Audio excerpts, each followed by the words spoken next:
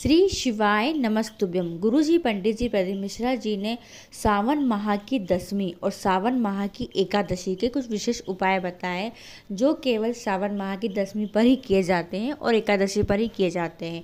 तो चलिए वीडियो शुरुआत करते हैं। स्वागत है मोदी ऑफिशियल चैनल पर।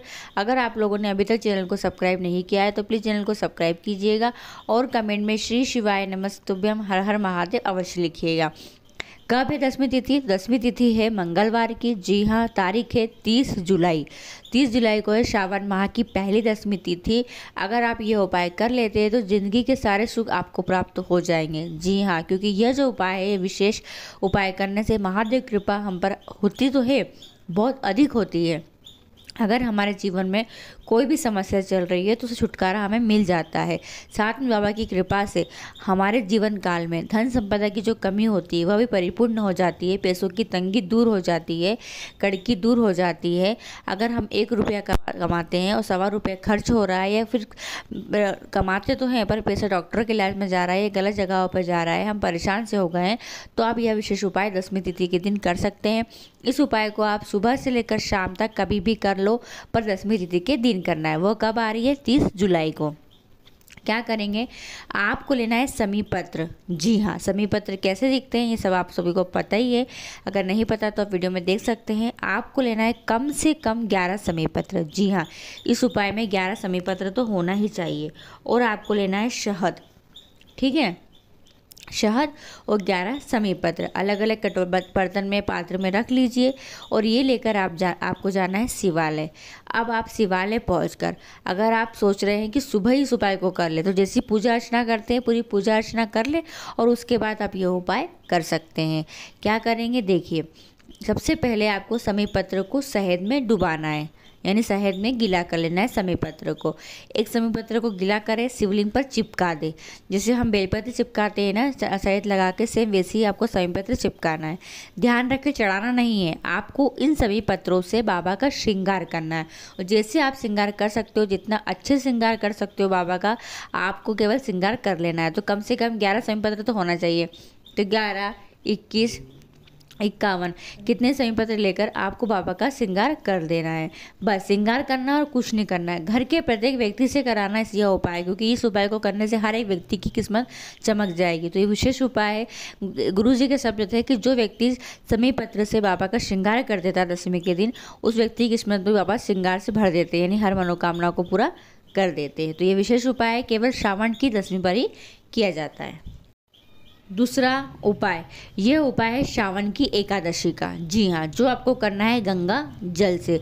अगर आपका कोई व्यापार चलता नहीं है, व्यापार ठप पड़ा हुआ है, कोई बिजनेस है आगे नहीं बढ़ पा रहा है, ग्रोथ नहीं कर पा रहे, तो आप यह उपाय करें। अगर आप ठेला गाड़ी पे चलाते हो और अगर वो नहीं चल रही है तो आप यह गंगा जल से उपाय आपको करना है।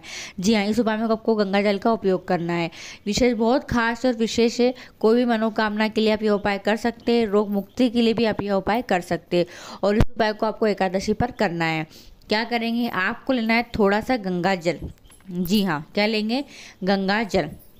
गंगा जल सबसे पहले आपको नंदीश्वर पर समर्पित करना है।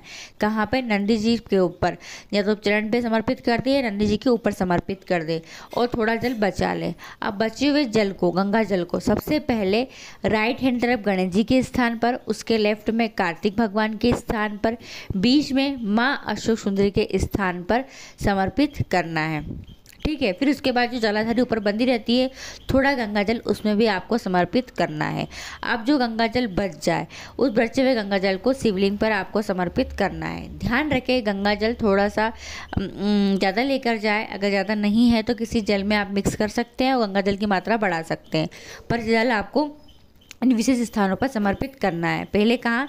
नंदीश्वर पे, फिर गणेश जी पे, कार्तिक जी पर, फिर माँ अशोक सुंदरी के स्थान पर 3, फिर आपको चौथा जलाधारी में समर्पित करना है और 5वां फिर शिवलिंग के ऊपर समर्पित कर देना है। जब समर्पित कर दे तो उसी गंगा जल को आपको झेल लेना है। जी हाँ, ध्यान रखिए कोई जल ना चढ़ाए। बोल दो कि मैं उपाय कर रही हूँ, कोई गंगा जल में चढ़ाइएगा, प्लीज़ 2 सेकंड के लिए रुक जाइएगा, ऐसा बोल दीजिएगा। गंगा जल को झेल ले और झेल कर उस गंगा जल को, जो व्यक्ति रोगिला है उसको आचमन करा दे, या फिर कोई जगह पर आपको छींटना है तो आप छींटन कर सकते हैं, ताकि आपके घर के अंदर सुख समृद्धि शांति बनी रहे। तो ये विशेष उपाय आप श्रावण माह की एकादशी पर कर सकते हैं। तीसरा उपाय, यह उपाय श्रावण माह की एकादशी है।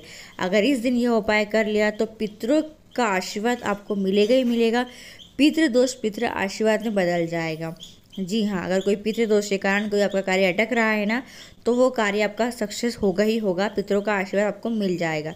जी हाँ, करना क्या है, आप सावन के महीने में तो रोज़ शिवालय जा रहे हैं, एकादशी पर भी जाएंगे। शिवालय जाकर जैसी पूजा अर्चना करते हैं, पूरी पूजा अर्चना कर ले। पूरी पूजा अर्चना होने के बाद जल चढ़ा दे, चंदन लगा दे, चावल चढ़ा दे, जैसा आपको पूजा करना है वैसा आप कर दीजिए।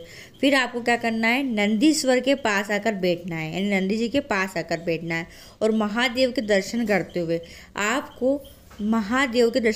आपको माँ पार्वती जी की जो नानी जी का नाम है, क्या नाम है, स्वधा। स्वधा नाम आपको 3 बार बोलना है। स्वधा स्वधा स्वधा 3 बार नाम बोलकर धोख देकर चढ़ना, अपने मस्तिष्क को नीचे धोख देकर बाबा से अपने दिल की बात कहकर फिर आपको घर को आना है। एकादशी के दिन यह विशेष नाम आपको शिवालय में जाकर अवश्य कहना ही चाहिए।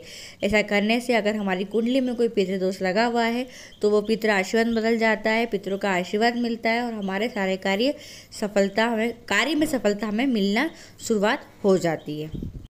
चौथा उपाय, जिनके मंगल विवाह में देरी हो रही है उनके लिए विशेष उपाय है। जी हाँ, गुरुजी पंडित जी प्रदीप मिश्रा जी ने बताया था कि सावन के महीने में आप यह उपाय किसी भी दिन कर सकते हो। जी हाँ, तो 10वीं तिथि बहुत ही खास और विशेष तिथि, क्योंकि 10वीं तिथि के दिन मंगला गौरी व्रत का दूसरा मंगलवार भी है। जी हाँ, इस दिन कर सकते हैं या फिर एकादशी पर भी यह उपाय आप कर सकते हैं। और 10वीं और एकादशी दोनों में से नहीं कर पाए तो आप किसी अन्य तिथि पर भी यह उपाय कर सकते हैं, पर यह उपाय सावन के महीने में किया जाता है और मंगल विवाह के लिए होता है। और इस उपाय को घर का कोई भी व्यक्ति कर सकता है। आपको लेना है लाल चंदन। जी हाँ, लाल चंदन से आपको महादेव की सबसे छोटी पुत्री माँ अशोक सुंदरी के स्थान पर आपको लगाना है 3 बिंदियाँ। कितनी बिंदी? 3 बिंदी। किससे? लाल चंदन से 3 बिंदी लगा दें।